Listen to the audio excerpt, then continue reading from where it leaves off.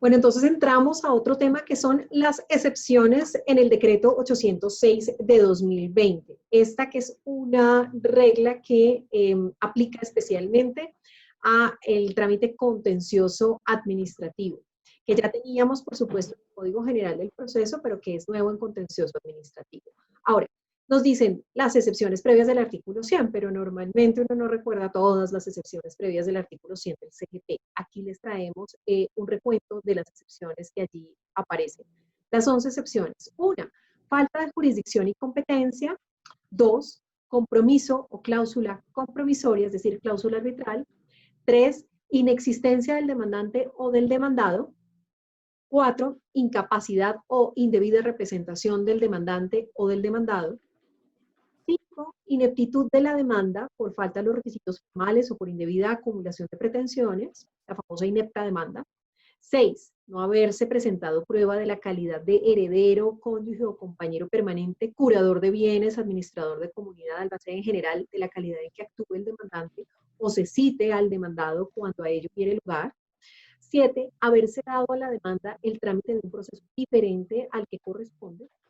8. Pleito pendiente entre las mismas partes y sobre el mismo asunto. 9. No comprender la demanda a todos los litisconsortes necesarios. 10. No haberse ordenado la citación de otras personas que la ley dispone citar. 11. Haberse notificado el auto emisorio de la demanda a personas distintas de la que fue demandada. Todas situaciones que tienen que ver con, digamos, el trámite del proceso y que por ello mismo, digamos que se denominan excepciones previas. Pero hay unas excepciones que la doctrina ha dicho que son mixtas, que en realidad pueden resolverse tanto al inicio del proceso como en la sentencia. Y son las famosas 6 excepciones mixtas de prescripción extintiva, caducidad, transacción, conciliación, cosa juzgada y falta de legitimación en la causa. Importante tener en cuenta estos dos tipos de excepciones porque el trámite que vamos a ver se refiere justamente a estas excepciones. Sí, justamente lo que cambió con el nuevo decreto es el trámite y formulación de excepciones, en la medida que ahora, en virtud del artículo número 12, el trámite y su presentación, como mencioné, se van a regir exactamente de la misma forma que el Código General del Proceso, lo que trae la siguiente diferencia, y es que en materia de contestación de la demanda de conformidad con el artículo 175, se establecía que cuando se presentaba esa contestación, ese iba a ser un escrito único, es decir, con la norma del CEPACA vigente, no se tendría, o la contestación tenía excepciones tanto de mérito y previas en el mismo escrito, pero ahora, con la equiparación de ambos procedimientos, encontramos que las excepciones previas se van a presentar nada más y nada menos que en un escrito separado, pero igual ambas en el mismo término de traslado de la demanda, por lo que el término sigue siendo igual, pero ahora va a ser necesario presentar un escrito separado para justamente dar trámite al mismo. Ahora, de todos modos, también existe o encontramos que existe una cierta dualidad ahora de cómo se va a ocurrir el traslado a esas excepciones, en la medida que la norma señala o establece el artículo que este traslado de excepciones se va a realizar de conformidad con el artículo 110 del Código General o el que lo sustituya. En esa medida, ¿qué es lo que dice la norma? Que se va a aplicar o para su traslado se va a dar uso del traslado secretarial, lo que implica, porque ese es justamente el artículo 110, el traslado secretarial, lo que indicaría que al momento de presentar las excepciones, se correría traslado de las mismas mediante una fijación en lista. Fijación en lista que de todos modos se tendría que hacerse aparentemente según este artículo, pero que de todos modos no extinguiría la obligación de enviarla por canal digital, porque de todos modos yo la presento por canal digital, de todos modos tuve que habérsela enviado a mi contraparte en canal digital, pero que de todos modos se va a fijar en lista si se aplicara que se hace un traslado secretarial. Bajo esta interpretación de que sea justamente un traslado secretarial, encontramos, como ya habíamos enunciado en un video anterior, que se fija en lista y después de fijar en lista o a las 5 de la tarde o a finalizar ese día en que estuvo fijado en lista, inicia el término de traslado para el ejercicio del derecho correspondiente, que es que el de pronunciarse o subsanar los defectos que justamente esas excepciones previas expresaron o presentaron. Entonces, en un efecto práctico, ¿qué es lo que encontramos? Que hay una fijación en lista, perfecto, el día 22 de julio, por ejemplo, por lo que el día 23, día siguiente, iniciarían a contar los 3 días que se tienen para pronunciarse o subsanar los defectos. En ese orden de ideas, contaríamos con 23 de julio, 24 de julio y 27 de julio, tercer día hábil. En ese orden de ideas, en esa ventana procesal sería el momento oportuno para ejercer ese derecho y subsanar los defectos y evitar, pues en algún caso, algún tipo de sentencia anticipada, como después verificaremos en un video posterior. Pero por otra parte, como el artículo mismo dice, o el que lo sustituye en materia de traslado, y aquí está estableciendo un procedimiento para traslados que no son por audiencia, y como este no es por audiencia, estaría perfectamente dentro de la categoría y sustituyendo de cierta forma el tratamiento, encontramos que si yo radico esas excepciones y corro traslado justamente anticipado o remito copia de esa a todos los sujetos procesales, ¿qué es lo que va a ocurrir? Que vamos a contar con esos 2 días hábiles posteriores al envío que hacen las veces de fijación para que vencido ese segundo día, es decir, el tercer día del siguiente, inicien los 3 días para nada más y nada menos que subsanar los defectos y pronunciarme de cada una de las excepciones previas presentadas o de las excepciones que no son previas o que son llamadas perentorias o mixtas, que también, según el mismo artículo 12 y según la misma ley es correspondiente al CEPACA, artículo 180, se tramitan de la misma forma como si fueran previas. Esto es, cosa juzgada, caducidad, transacción, conciliación, falta de estimación en la causa y la prescripción extintiva. Todas que igual se van a tramitar de la misma forma.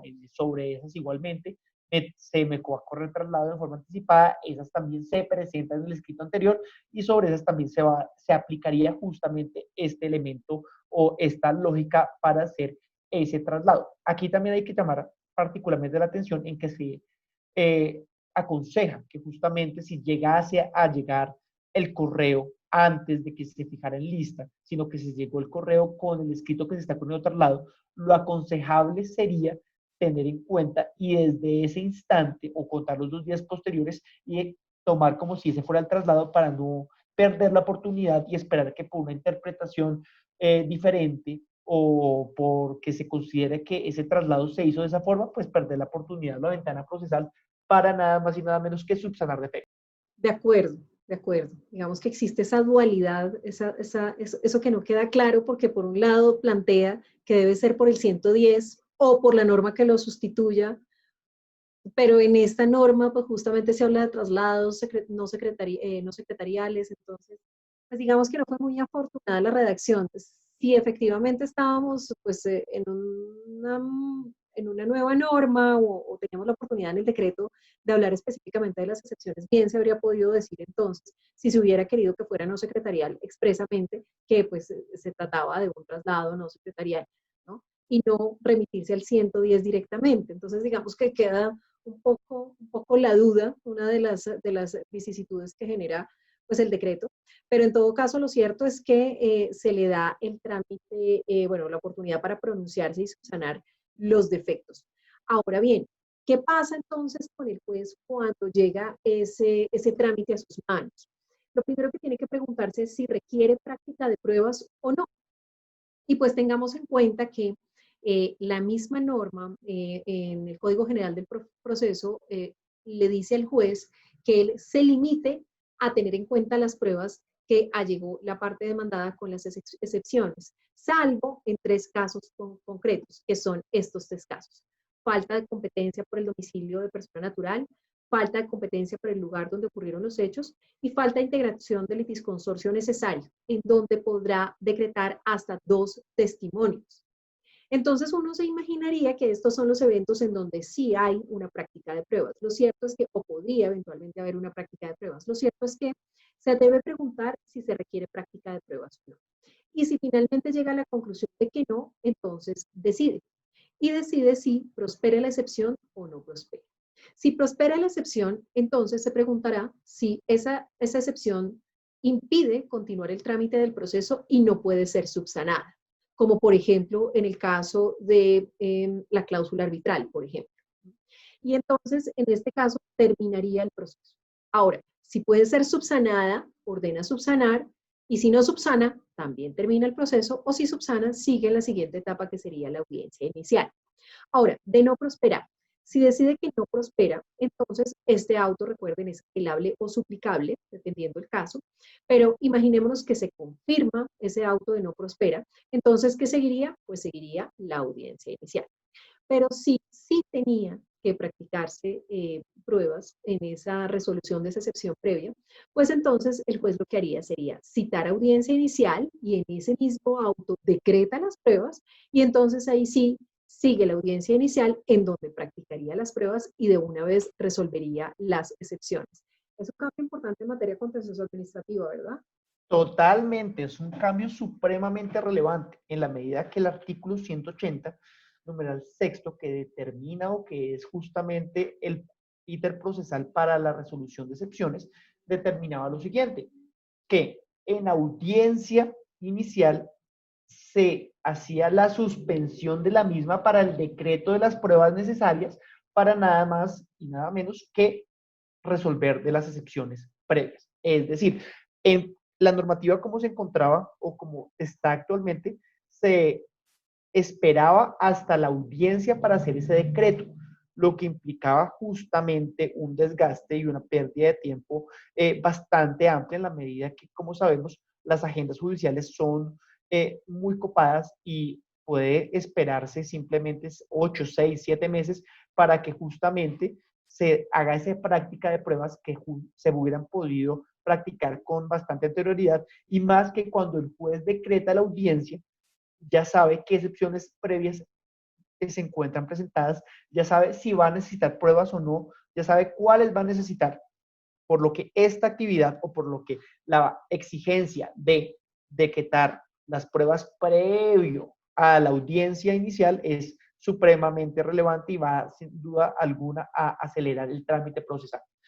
Pero igualmente toca, pues es muy importante señalar que cada excepción previa que llegase en dado caso a ser declarada como próspera tiene un efecto diferente, lo que también es muy relevante porque ya también normativamente se establece qué excepción implica qué cosa, porque la norma procesal señalaba que de decretarse alguna excepción previa se terminaría el proceso de ser el caso, pero entonces vamos a determinar cuál es el caso en que se termina justamente el proceso que determinaba el 180. Encontramos que si es una falta de jurisdicción o competencia, en este caso no se termina el proceso, sino que se remite el expediente al juez que corresponda y se conserva validez de lo actuado. Y esto en la medida que la causal de nulidad es cuando se actúa cuando ya se declaró falta de jurisdicción o competencia, pero como esta es posterior, todo lo actuado guarda su eficiencia y su validez.